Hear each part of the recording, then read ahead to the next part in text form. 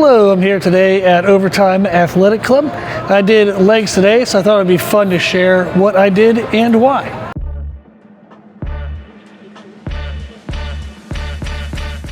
My goals right now are to get leaner but maintain muscle as much as I can. I'm also eating a lot of protein, even with a slight caloric deficit, so it should allow me to build muscle as I'm losing fat as well. Now those components, the energy intake, carbon, fats, and protein intake, are weaved in throughout the day depending on my activity and recovery needs. So that allows me to, part of the day, focus more on fat loss, part of the day, focus more on building muscle. With that in mind, in my training, I'm still trying to damage muscle tissue as I would if I was in a caloric surplus trying to build muscle. What's driving the fat loss is not my training, it's the caloric deficit. So in my training, I started out with machine adductor and abductor. I like starting with those when I have access to them. We don't have those at home, but when I go to a commercial gym and they have them, I'm definitely going to start there. I like the adductor because it helps to build width to the front of your leg by building out the adductor muscle. And then the abductor helps to work on the glutes. If you lean forward in an abductor where you're pushing out, if you lean forward, that allows you to get more of the lower part of the glute. And then you'll see in the videos I used yoga blocks to increase my range of motion, which got me a better stretch in the lower glute as well. So that's a couple little tricks you can do on the abductor machine, is to lean forward, put the yoga blocks, and also sit a little more towards the front edge of the seat, and that helps you better isolate the lower glute. For the adductor, the main technique I like to add to that is overload eccentrics. I'll perform as many reps as I can using just the adductor muscles, and then whenever they're going to fatigue and I can no longer do a contraction, a concentric part of the phase, I'll use my hands and push my knees in, and then I use my adductors to resist the eccentric phase. We're actually stronger in the eccentric phase when the working muscle is extending under weight load. We're stronger in that phase than we are in the concentric phase. So rather than stopping the exercise when my concentric strength fails, I use the overload eccentrics to push into eccentric failure. That gives me a little more muscle fatigue and stress from that movement. It's going to help me get a little more growth as well. Then I moved into machine leg extensions and leg curls. On the leg extensions, I just did sets of 20 to really warm up the knees and get the quad muscles primed and ready for my bigger compound movements. And you can see in the video I showed how you can use a pad around your ankles if you need in order to increase range of motion. Some styles of machines, some brands don't have a great range of motion, so using a pad on the ankle is a great way to increase the range of motion, get more of a stretch, and therefore get more of a growth stimulus. For the seated leg curls, I did push really hard into failure on those.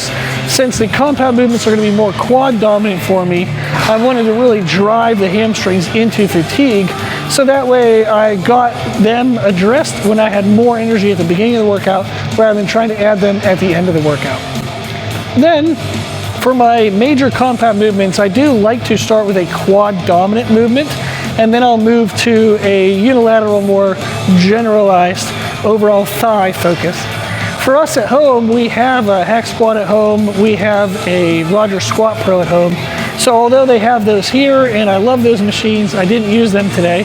If I was doing a posterior chain focused workout, I would start with hip thrusts, but we have a hip thrust machine at home. They have one here, but I didn't use that today because it was more of a quad dominant day. I train my legs twice a week, and this was my quad day. So normally I would use the hack squat or the Roger Squat Pro, but I skipped those today. What I ended up using was the pendulum squat by Arsenal. Awesome machine, love that machine, would love to have that at home too. But since I don't, I use that today. I just did some straight sets of 10 reps. My quads were beat up already from my last workout, and they were primed and ready from the leg extension, so I didn't really need a ton of volume. I just went nice and slow and controlled, got full range of motion, no bouncing out of the bottom. I want to flex the quads out of the bottom, not bounce. And that allows me to get a better stimulus for growth, and therefore I don't need as much weight and I don't need as many sets.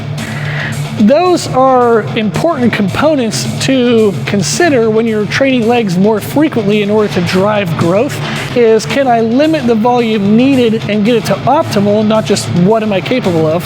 And then the weight load, you want to get that to optimal as well. By starting out with isolations, the adductor, abductor, the leg extension, leg curl, it lessens how heavy I need to go on the compound movements. That actually allows me to create the stimulus I need, but be able to train more frequently because I have less muscle damage to recover from, less CNS stress, and less connective tissue stress.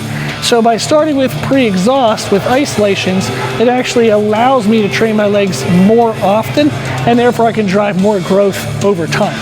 It does take away from the weight you can use in the top sets of your compound movements, but I'm not doing those for strength. I don't really care what weight it is. I care if it's optimal weight, but I don't care if it's maximal weight.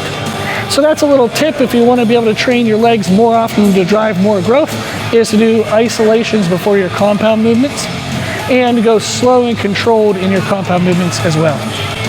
Then I finished my compound movement with a unilateral single leg press on the hammer strength, like the pendulum style hammer strength press.